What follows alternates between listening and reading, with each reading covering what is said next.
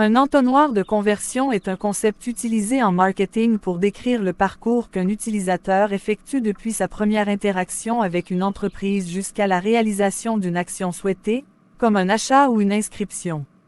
L'entonnoir représente les différentes étapes par lesquelles passe un utilisateur avant de convertir. Voici les étapes typiques d'un entonnoir de conversion.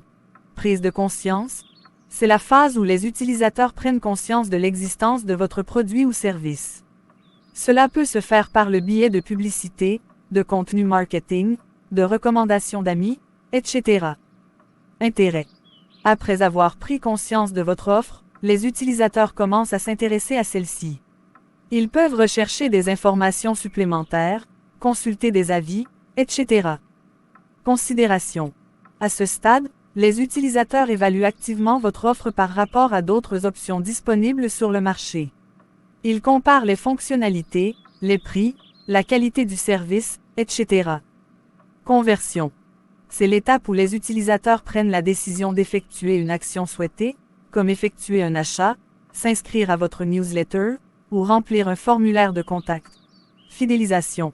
Une fois qu'un utilisateur a converti, l'objectif est de le fidéliser en lui offrant une excellente expérience client, en lui proposant des offres spéciales, en restant en contact régulier, etc.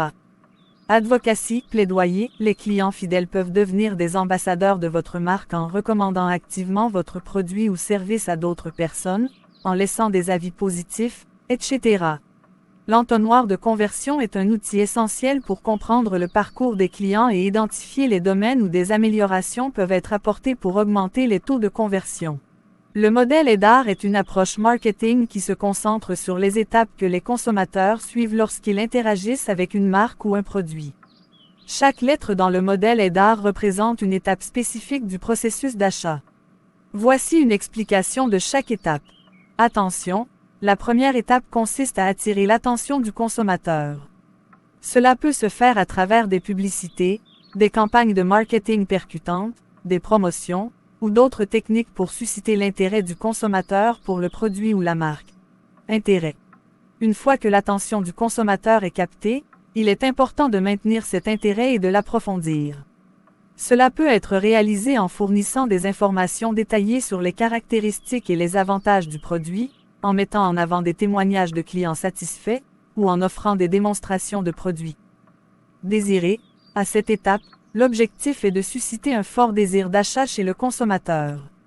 Cela peut être réalisé en mettant en valeur les bénéfices uniques du produit, en soulignant les émotions positives associées à son utilisation, ou en présentant des offres spéciales ou des incitations à l'achat. Action. La dernière étape du modèle EDAR est l'action, où le consommateur prend la décision d'acheter le produit. Il est important de faciliter cette étape en rendant le processus d'achat aussi simple et pratique que possible, en fournissant des options de paiement flexibles, et en offrant un excellent service client pour répondre aux questions et résoudre les éventuels problèmes. Réaction. Certains ajouteront parfois une cinquième étape au modèle EDAR, appelée « réaction ». Cette étape se concentre sur la réaction du consommateur après l'achat, telle que la satisfaction du produit, la fidélisation à la marque, ou le partage d'expériences positives avec d'autres personnes.